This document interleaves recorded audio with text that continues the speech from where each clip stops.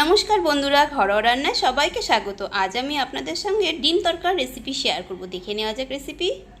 ডাল বানানোর জন্য এই ডাল আমি 4-5 ঘন্টা জলে ভিজিয়ে রেখেছি। এবার এটা প্রেসার কুকারে দিয়ে সেদ্ধ করে নেব। ডাল সেদ্ধ করে নিয়েছি।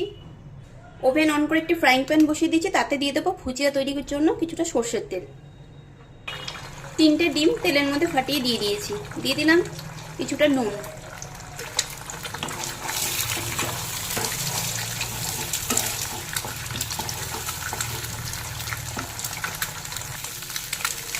এবার এইভাবে নেড়ে চেড়ে নিয়ে ভেজে ভুজিয়াটা তৈরি করে নেব। আমি এখানে গোটা যে মুগ ডাল পাওয়া যায়, তরকার ডালও অনেকে দোকানে দেখি বলে, সেই ডালটাই ব্যবহার করেছি। প্লেটে নামিয়ে রাখবো। এবার কড়াইতে দিয়ে দেবো আবারও সর্ষের তেল।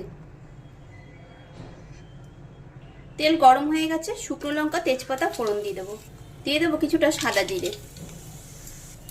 2টো বড় সাইজের পেঁয়াজ আমি কুচি করে রেখেছি, সেটা দিয়ে দেবো। পেঁয়াজটা একটু ভেজে নেব।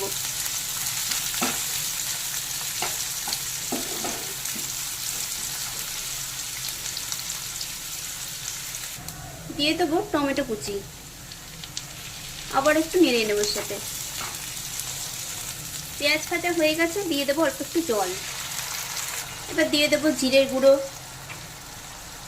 এগুলো সব পরিমাণ মতন দেব। লঙ্কার গুঁড়ো, হলুদ গুঁড়ো,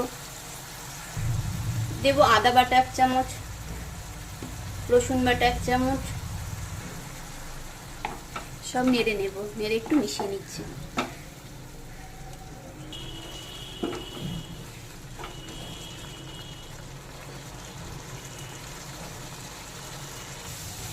মশলাটা আমার কষানো হয়ে গেছে। মশলা থেকে যে তেল ছেড়ে দিয়েছে, দিয়ে দেবো পরিমাণ মতো নুন। ডাল সেদ্ধর সময় আমি একটু নুন ব্যবহার করেছিলাম। এবার দিয়ে দেবো সেদ্ধ করে রাখা ডাল।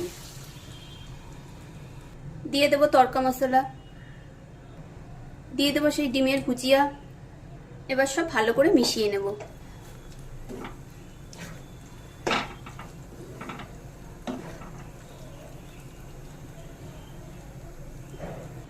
ডাল ফুটে গেছে।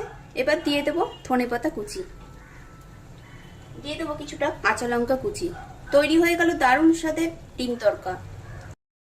সার্ভ করে নিয়েছি ডিম তড়কা। এভাবে একবার আপনারাও বানিয়ে নেবেন, আশা করছি আপনাদেরও ভালো লাগবে। রেসিপি দেখে ভালো লাগলে লাইক ও কমেন্ট করার অনুরোধ রইল।